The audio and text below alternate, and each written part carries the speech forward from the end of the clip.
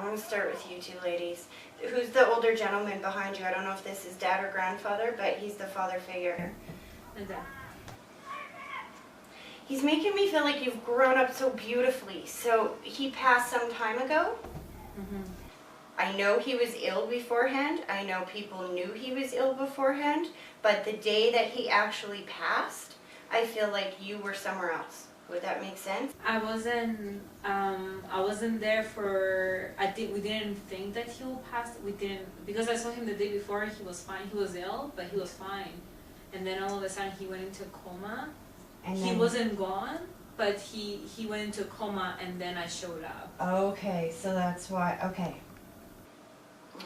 He's like, and I heard, did he have I know you have a bit of an accent, but he speaks with a very thick accent. Yeah. Very thick accent. Yeah.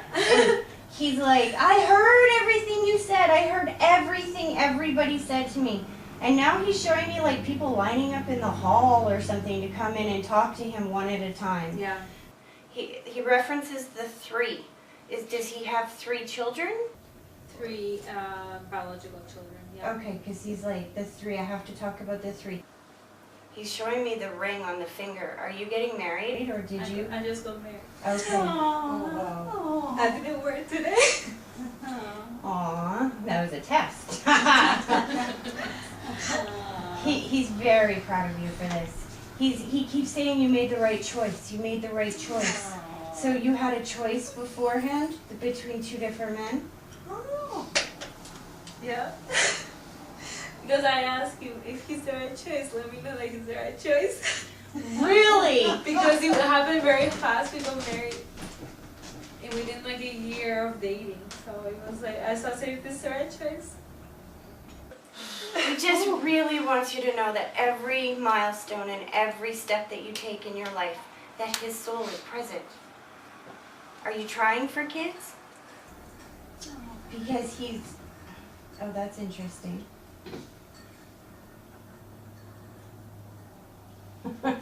Okay. Basically, the message was, because I feel like you really want kids. Would that make sense? That's the energy that I'm picking up. Because Dad's like, calm down with wanting them so bad. Because what's going to happen is either you're going to get twins, or you're going to have one and then the other right away, which is just as bad as twins, if not worse, let me tell you from personal experience. And he's like, just calm down. They're coming. I felt like for a while I've been thinking that I will have twins. I don't know why. I just have a feeling. I think you're either going to have 3 boys and then the girl, or 2 boys and then the girl, and then possibly another boy. But Dad's like, this part is still a little murky. That's not totally decided, but those 2 boys, I'm seeing them on Dad's lap and jumping around and pulling his hair, and he's like, yeah, be careful how much you want. How badly you want, because you're going to kick yourself later. I've been playing with names and stuff, and it was like, oh, I was really obsessed with the girl one. And when you said that, your dad said, you don't have to name him after me. He didn't like his name, or he had a very weird name or something? He's like, you don't have to do that. Because I really wanted to honor him, but I don't like his name. I don't know. I don't really like it, and what's his name? I'm Greek, so he's in Greek is Michalis. This is Michael. Oh. Yeah. He's good with that. Okay, awesome. Because I was worried about that. I hope he's not like too disappointed. You know what he said? He said you give him my initial. That's what I thought. This is Dad's way of validating that his soul is with you as you're making these plans and you're going through and deciding on your life and your baby's names and whatnot. Your dad's soul is present. So your mom is still living? Because he just took a white blanket and he put it around Mom's shoulders. She lives distance away, doesn't she? Okay. Mm-hmm. Okay. Mm-hmm. Okay, slow down.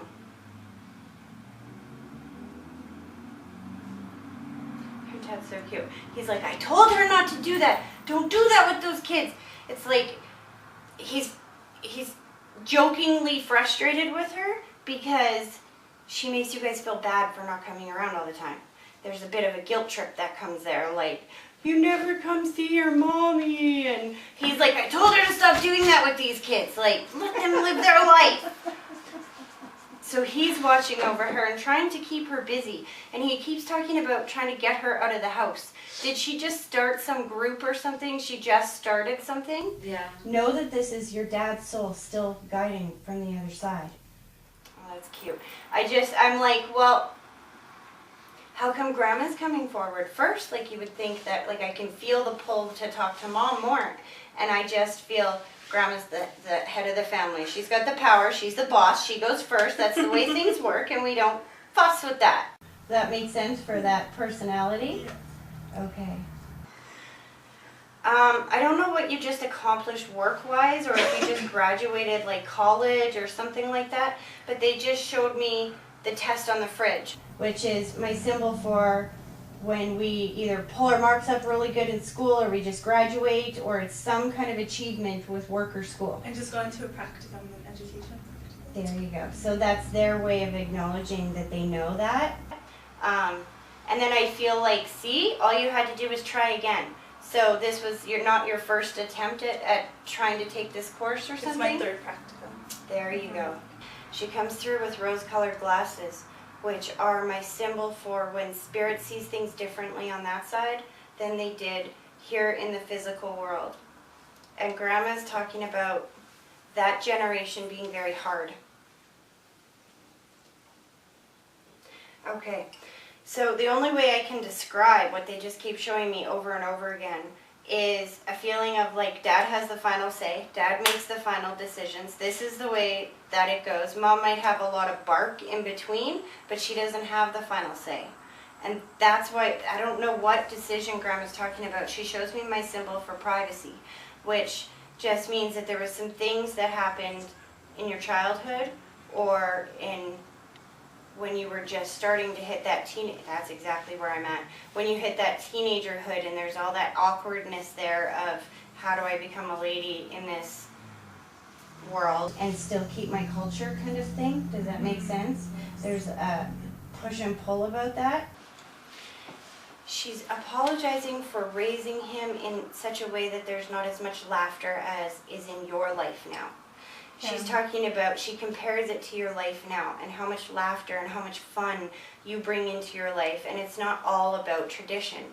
But at the same time, she offers a respect there for the way that you do honor your tradition and your, I don't want to use the word religion because it's more than that. It's family. It's, you know what I mean? It's like everything, routine. I was just thinking before this, like how my family is so set in gender roles. So yeah, and like how my mom and dad just like live like that a lot. That's your Grandma's way of saying, you know what, I know that you're struggling to understand how my whole family lives in these gender roles, but I'm free. Because your Grandma puts you over here and she's like, you're free of this. You're not bound by those, that's a good way to put it, gender roles, that your family is like bound by. Mm-hmm.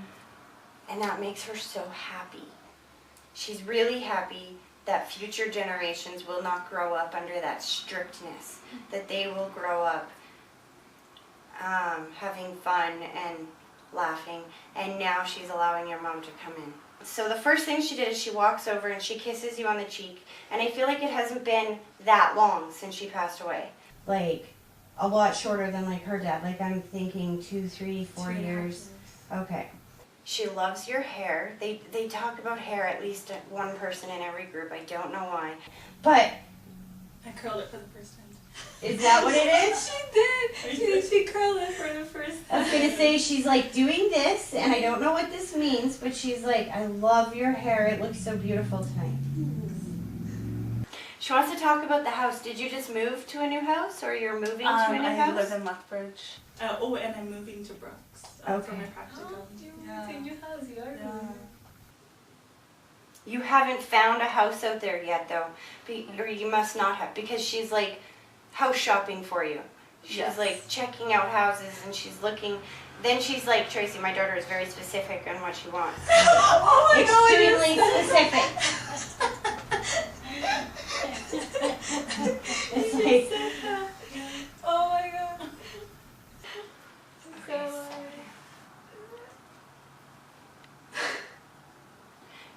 know how much your mom is in your house? Yeah.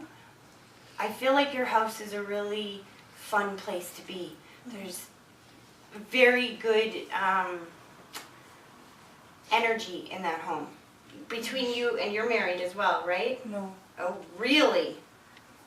Then he's coming soon. That would explain why they keep showing me that then. I thought it was just about the energy in your house between the two of you, but she shows the man beside you, and she's talking about the energy between the two of you being this extremely lighthearted, fun, supportive energy, and your husband will have such a great sense of humor. So, she just makes me feel like he's already in your life, though. Yes. Okay, I'm seeing the right person then. And he's got like a wicked sense of humor. He does. He's like funny. Yeah. Your mom is in love with this guy. Really? That's nice. And she's like, you know what's even better? She's like, my daughter didn't follow that history like I did, like the way we were raised. And then, you know, your mom married a guy like the way that she was raised. And she's like, so proud of you that you're not marrying a guy that's exactly the same as like your dad. While she loves your dad, she wants more for you. She got in the car and she's like, yeah, I'm coming with you this summer too. So you have, I don't know if you've actually made the plans yet or if they're just in works, but there's a trip this summer and I feel like it's going east somewhere. Yes, to Montreal. That's east.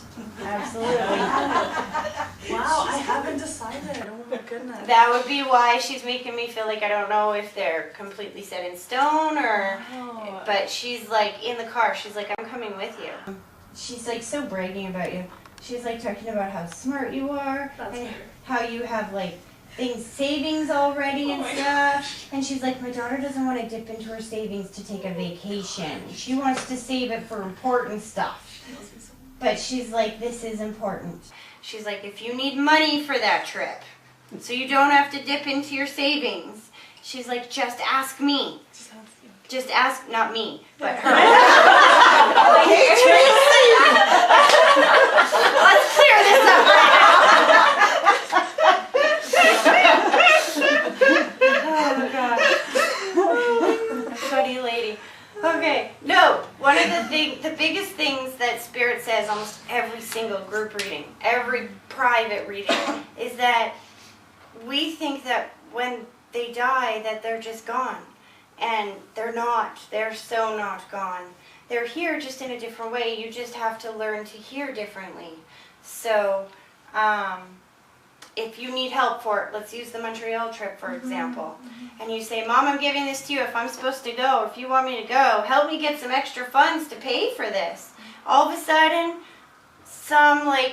you're going to get some part-time job or something that pops up and it's going to be, we'll pay you $100 an hour to do sweep the floor or something. It'll be something ridiculously easy, or you'll get a check from somewhere unexpected and it'll be so bam in your face that there's no denying that that came from your mom. And then this is how they continue to relate with us. She's starting to pull her energy back. I think I'm with you. The mother figure on this side, but there's not just a mother figure, there's more than one person here. Is this your mom? Is your mom passed away? Is this your mom? Okay. This is where we're going. First word, where does the alcohol come in? Because she keeps showing me alcohol. You might be talking about my niece. Start with the accident. How did she pass? She did it. And it was this, so then when you say that, she shows me the alcohol again. So this was with drugs or pills or alcohol? Well, she had drank a lot, Okay. but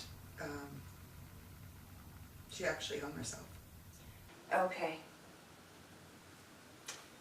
Okay, and that's where the mobility comes in, right there. Is the fact that before she passed away, she felt like she was stuck. I feel stuck and frozen, and that's why I'm feeling lack of mobility. It's not a physical mobility, it's an emotional, spiritual mobility. She feels stuck. She's got a lot of apologies because I feel like she's almost coming through like I was a bit of a spoiled brat. Like, I feel like she kind of made mountains out of molehills, if that makes sense. She was a little on the dramatic side, is a better way to put things.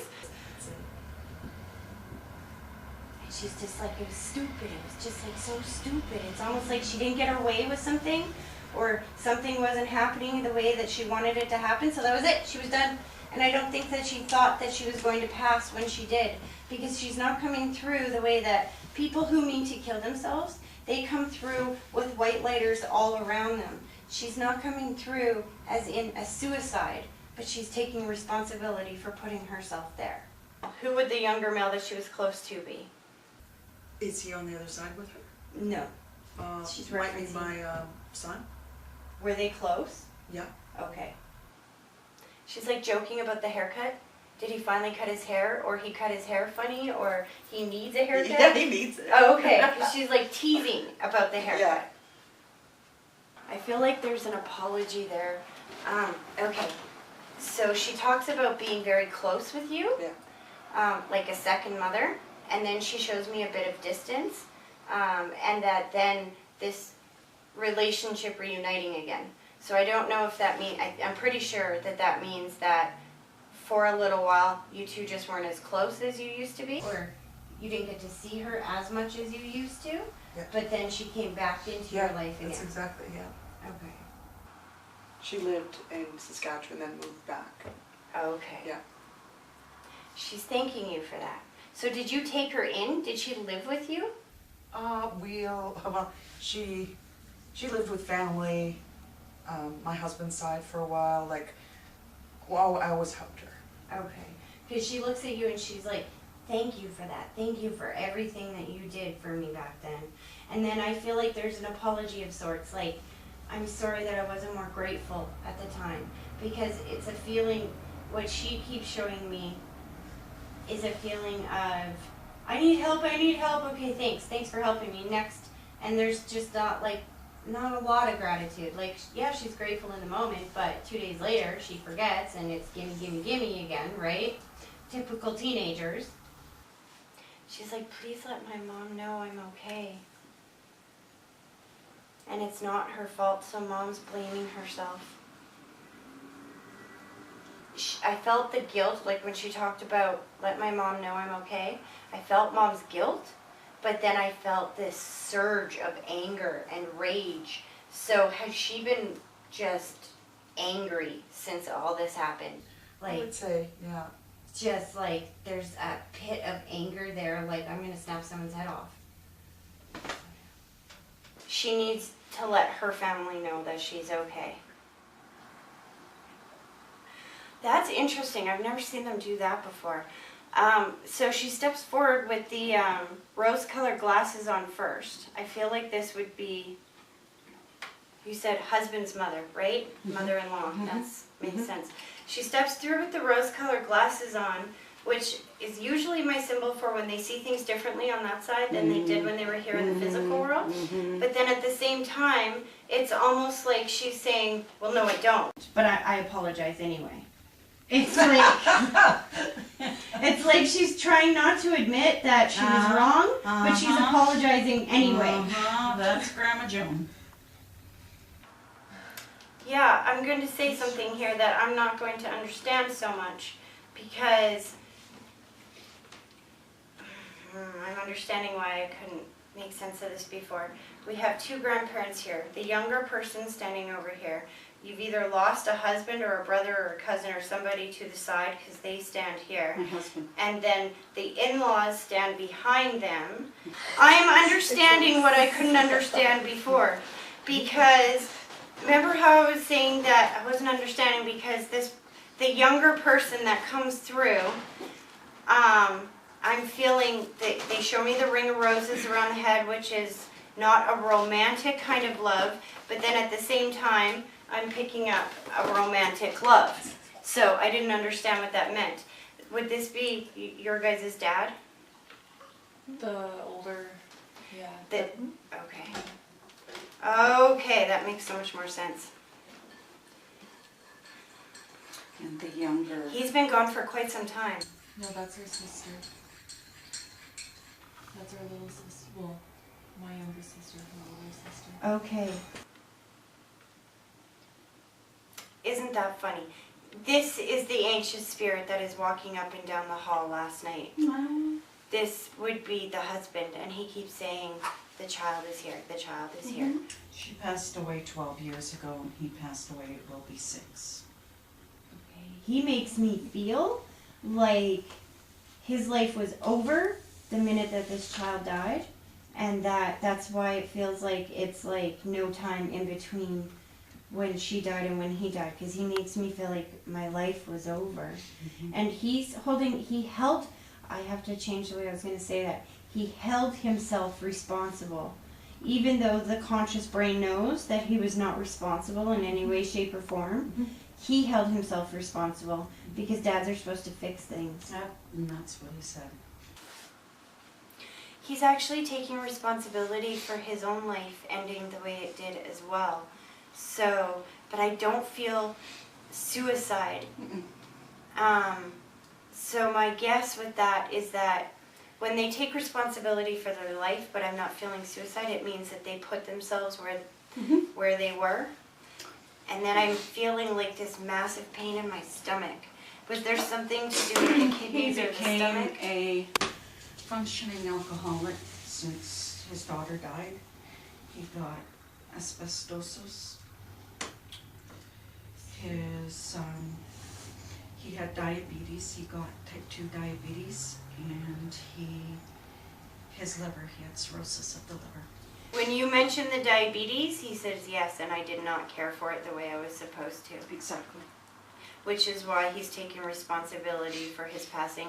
And what is he talking about, the leg or the knees? Because he's doing this, and he's like, I can move freely now. Varicose veins, thrombosis, like he was young, but then he was a big man, tall, big man. And when he passed, I got to dress him, and his legs were just so smooth as a baby, and I said, look, what beautiful legs, because they weren't bulging, knotted.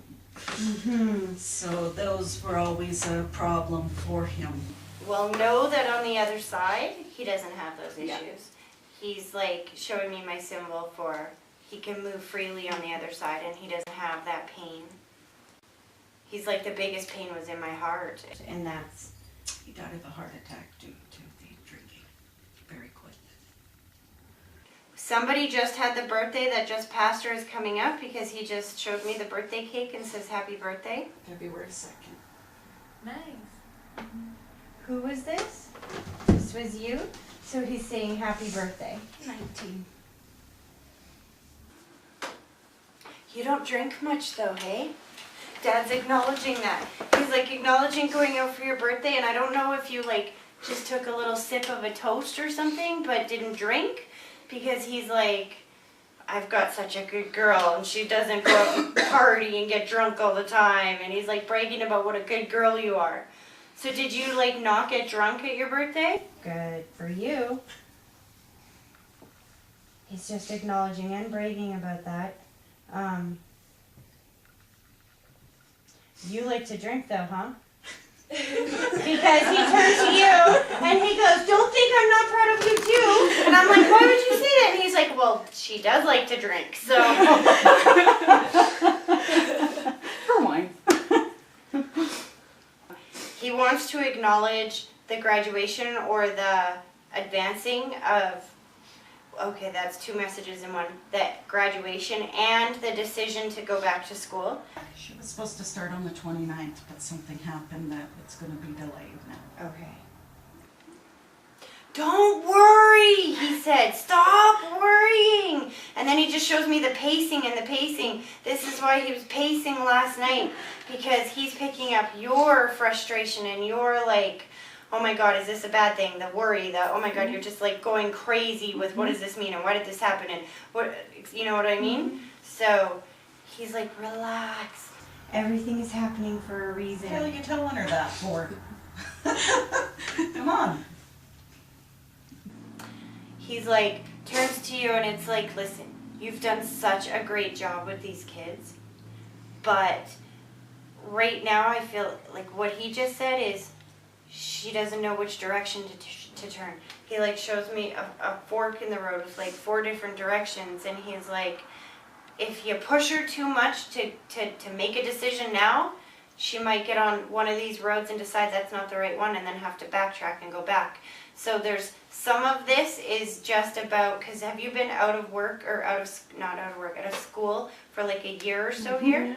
Because he's talking about you trying to find what you're trying to do and what you want to do, and not to push yourself into making a decision because you don't want to make the wrong decision and then have to backtrack. He ripped something up. It's like he's going in your wallet and ripping up a license or... That makes sense? I took her license from her. Okay. He stepped forward and he says, you know what, I'm not going to embarrass the child. He shows me my symbol for privacy. And he says, we all get the point. He's making me feel like she gets the point. I know she does, Vince.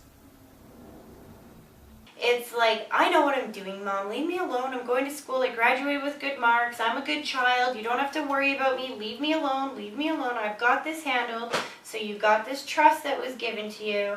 That got bang broken.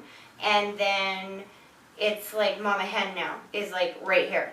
And there's a sense of like, okay, you gotta let me breathe. Does that make sense? At the same time, this is not criticism of you. And in fact, there's a thank you I feel there for being, I'm not using that word.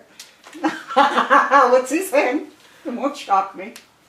He called you a bit of a helicopter mom. Hovering. Yeah, but he says in a good way. But the one thing your husband does is maybe tune the volume down. He wants to acknowledge the other daughter as well.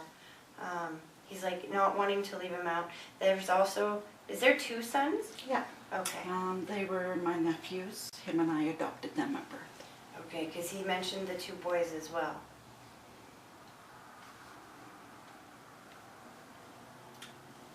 Did you just start dating somebody, or do you have a steady boyfriend?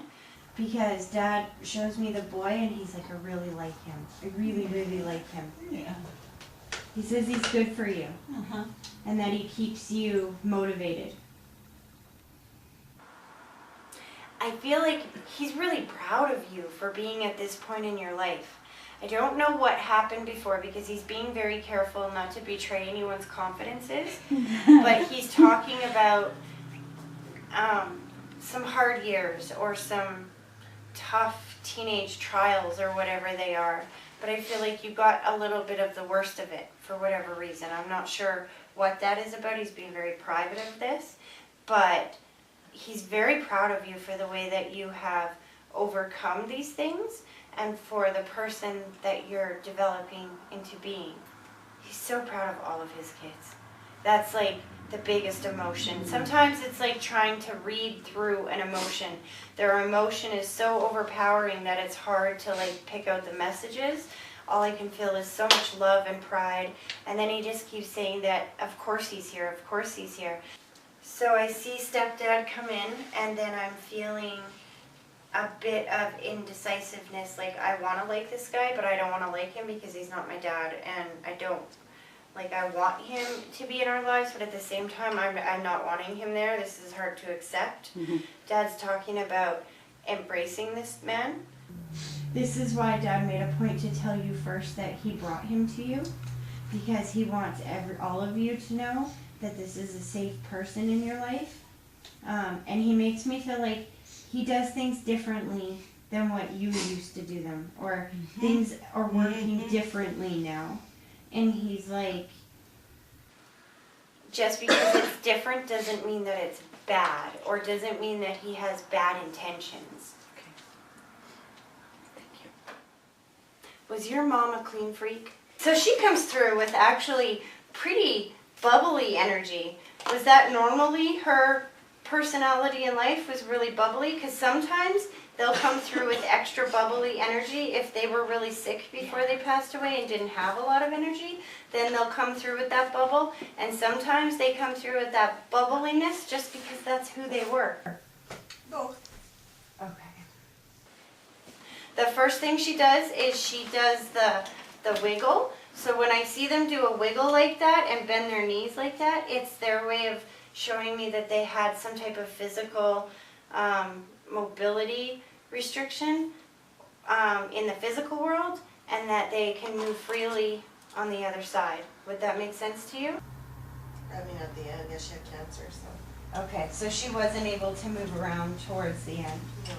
Was she unable to communicate before she completely Yeah, the last passed few away? days, yeah. She just said, "You're just like her."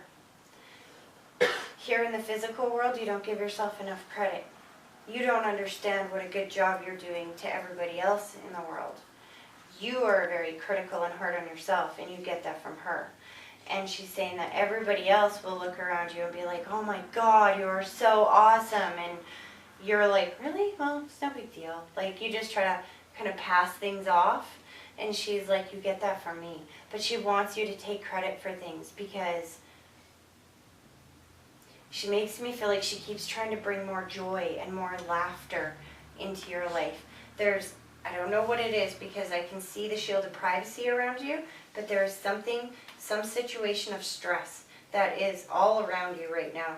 She's not going to talk about it in a big group like this, but she's acknowledging it.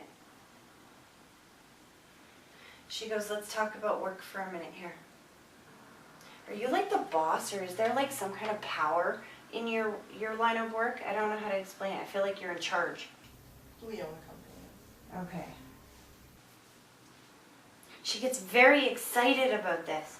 Very, very excited. I keep hearing, "You did it. I told you you could do this. I knew you could do this." She just took your husband by the ear and said, "Let's go." Like, you know how when kids are in trouble and they pull them by the ear?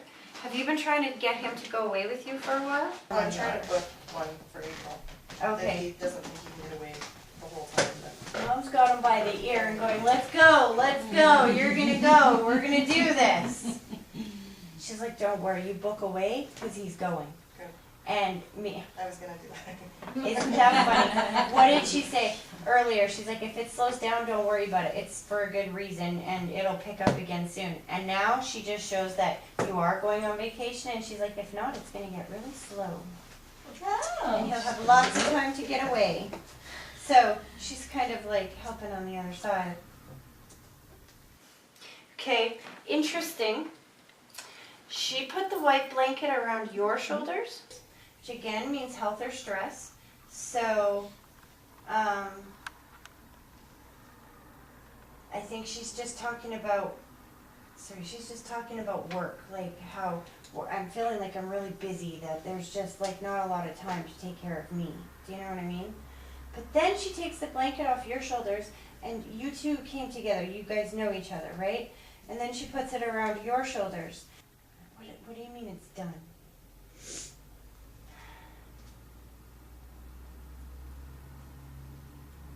She's talking about a health issue.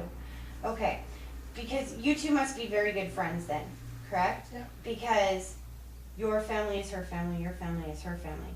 So your mom is looking out for her as well, but yours doesn't feel more stress related, it feels like it's a health related thing.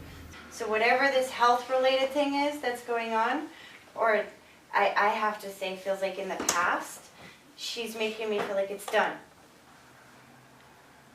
What's left is controllable. I don't know how to explain this. What's left is controllable, but the worst of it is over. What's left that you have to deal with is controllable. Does that make sense to you? It makes complete sense, but I never knew Sherry's mom. Does that make a difference? No.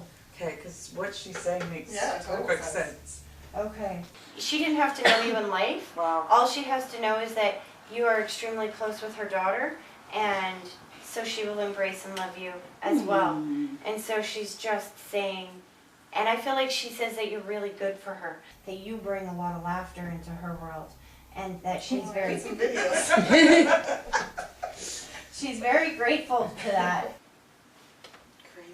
Yeah. She's pulling her energy away. Last but not least, I have to be honest with you. Is this grandfather or dad? My dad. It's your dad? Okay.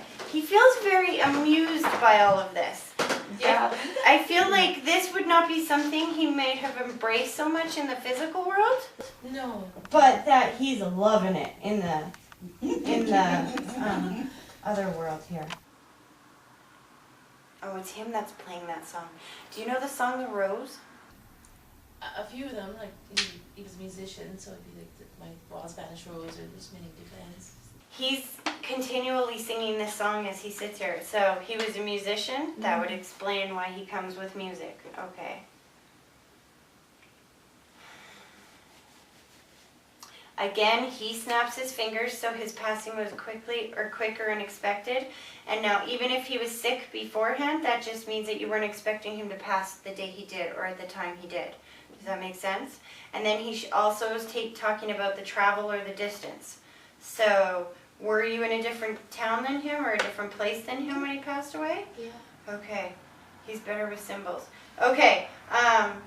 He also shows me the whispering of the ear, which is acknowledging that he heard everything that you said afterwards. So you did make it to the funeral? Mm-hmm. He heard you, but it's more like I lean down and I whisper, like, did you know how much I loved you?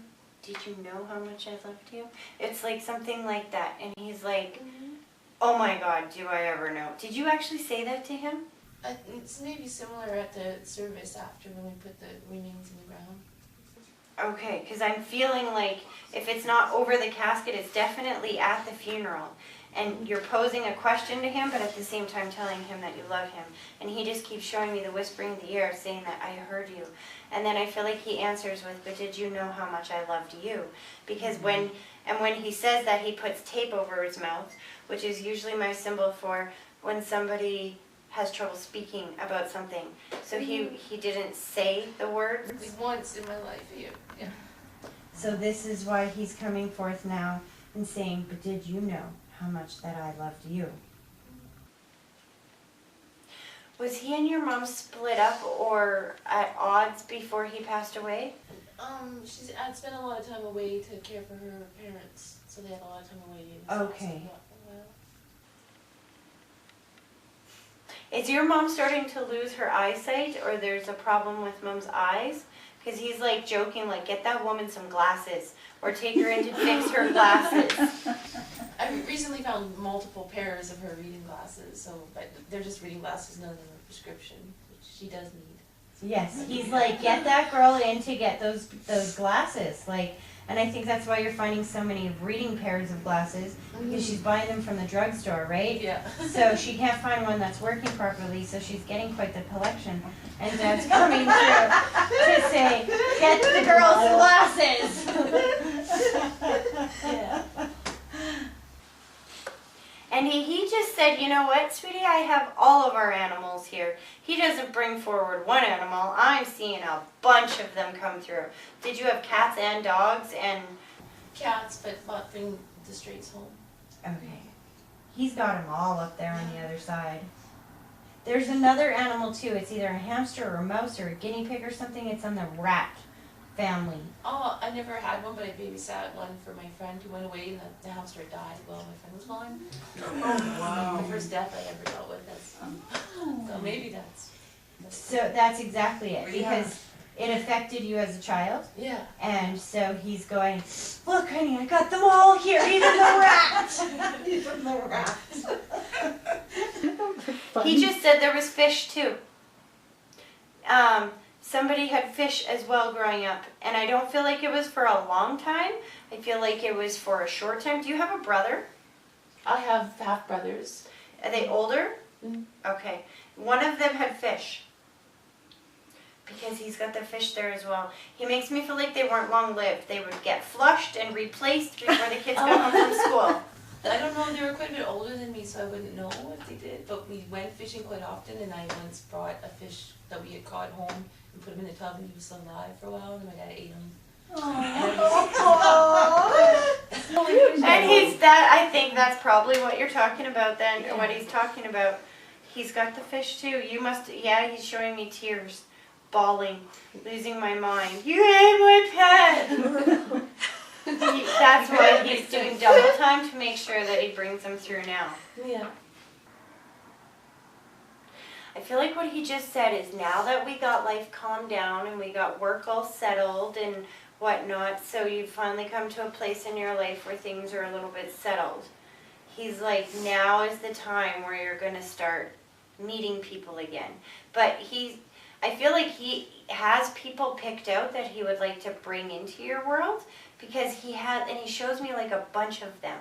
And I think why he does this is because he's not quite sure which type you want yet. So he's got a bunch of them ready to go, but you're not ready yet. Emotionally, I feel like the last couple of years you've kept yourself very distracted with work and with life stuff and just other stuff.